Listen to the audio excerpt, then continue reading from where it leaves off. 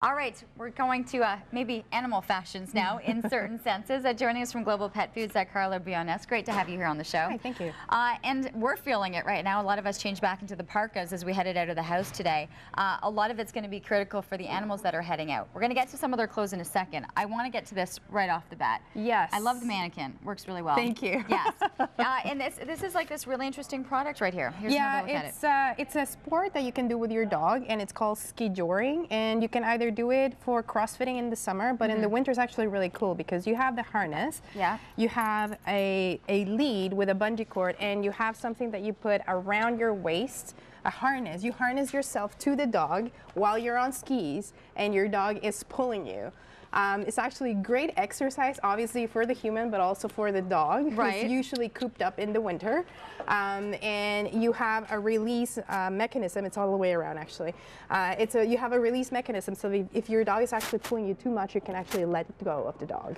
Oh, I get that. Oh, I see that. Yeah, so it's fantastic for obviously for when you have more snow, but it's great exercise obviously for the human, but it's amazing exercise for the dog.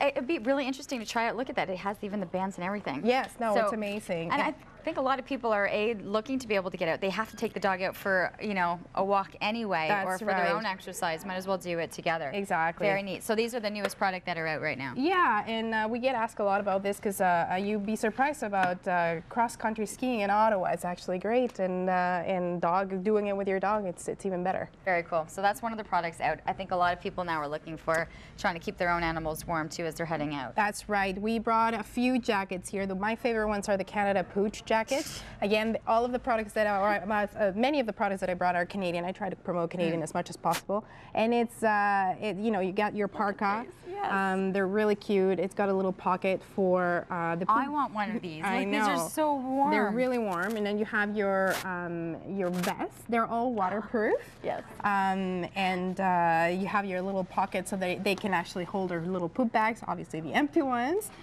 You also have a little fleece jacket. Just feel the fleece. It's actually, it's really, really nice and very comfortable. Why don't they make these in human sizes? They would just have them fully around our bodies. I know, and they're so cute. The dogs look really cozy. They're very, very warm, and sometimes you don't need anything else, just the jacket, and obviously the animal's fur. It would be more than enough for this winter.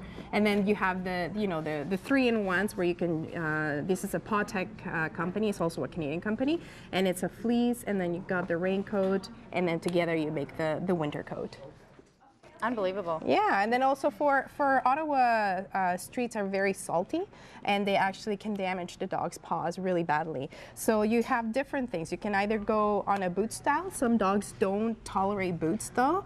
However, if you're going to go for a boot, you want to make sure that you have one that has a lot of traction. These are great. These are guaranteed to stay on. It has a neoprene insert, so the dogs won't actually slide out there, which is a big problem with dog boots nowadays. You have your regular balloon style boot, which is mostly for rainy days if you don't want the dog's paws to get all wet. It's like a balloon just inserted into the paw.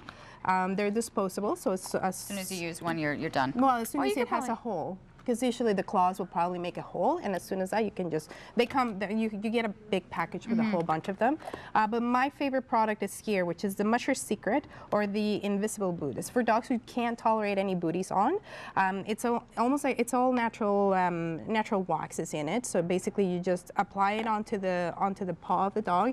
It'll get absorbed, forming like a semi-permeable shield between the paw and obviously the surface. So the salt won't damage the paw, and it won't hurt because it's actually really bad. Do you want to wash it off as soon as you come in? No, it's 100% natural. It's 100% lickable, so the dog can lick it without any problems. It won't stain your carpets. It won't stain your hardwood floors or anything. It will just get absorbed by the paw, and it will form a protective shield. So this for you is your favorite. Would you suggest going the other options prior to trying this, or sometimes this might be? Depends on the dog. Okay. If your dog really is against you touching the paws, then definitely go for this option.